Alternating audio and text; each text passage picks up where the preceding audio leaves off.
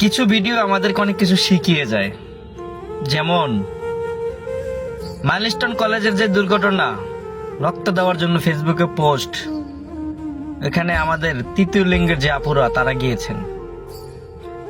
বিশ্বাস করেন এই ভিডিও দেখে আমার কলিজাটা একদম ভরে গেছে যে তারাও এই দেশের একজন নাগরিক।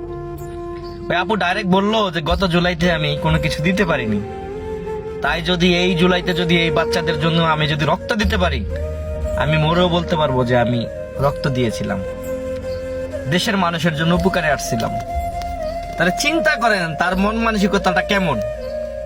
আর ওইখানেই উত্তরা মাইলস্টোন কলেজের ওখানেই আমাদের কিছু সিএনজিওয়ালা ভাইরা, কিছু রিক্সাওয়ালা ভাইরা মাইলস্টোন কলেজ থেকে বাংলাদেশ মেডিকেল বন্ধ যাইতে 100 টাকা 150 টাকা নাকি ভাড়া চাইছে। সিএনজিওয়ালা ভাইরা 250 থেকে 300 টাকা ভাড়া চাইছে। জানি না কতটা সত্য, তারপরও বক্তব্যতে যেগুলা শুনলাম।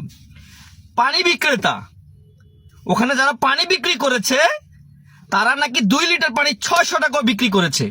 তারা কি মানুষ না পশু? আপনাদের বিবেকে কি বলে?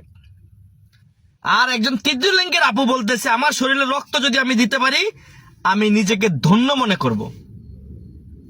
তার ভিতরে বিবেক, আর আমাদের দোকানদার ভাইদের ভিতরে বিবেক, তার ভিতরে বিভাগ, এবং আমাদের রিক্সাওয়ালা ভাইদের বিভাগ।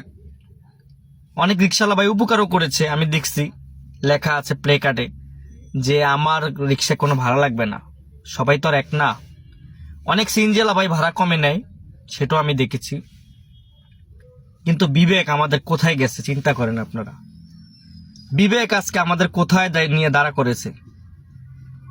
এক তৃতীয় লিঙ্গের আপু বলতেছে আমি রক্ত দিতে পারলে জীবন ধন্য মনে করব, আর আমাদের দোকানদার ভাইরা 2 লিটার পানির দাম নাকি 600 টাকা রাখছে।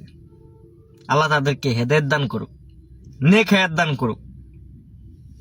এর কিছু আর বেশি বলার কিছু নাই।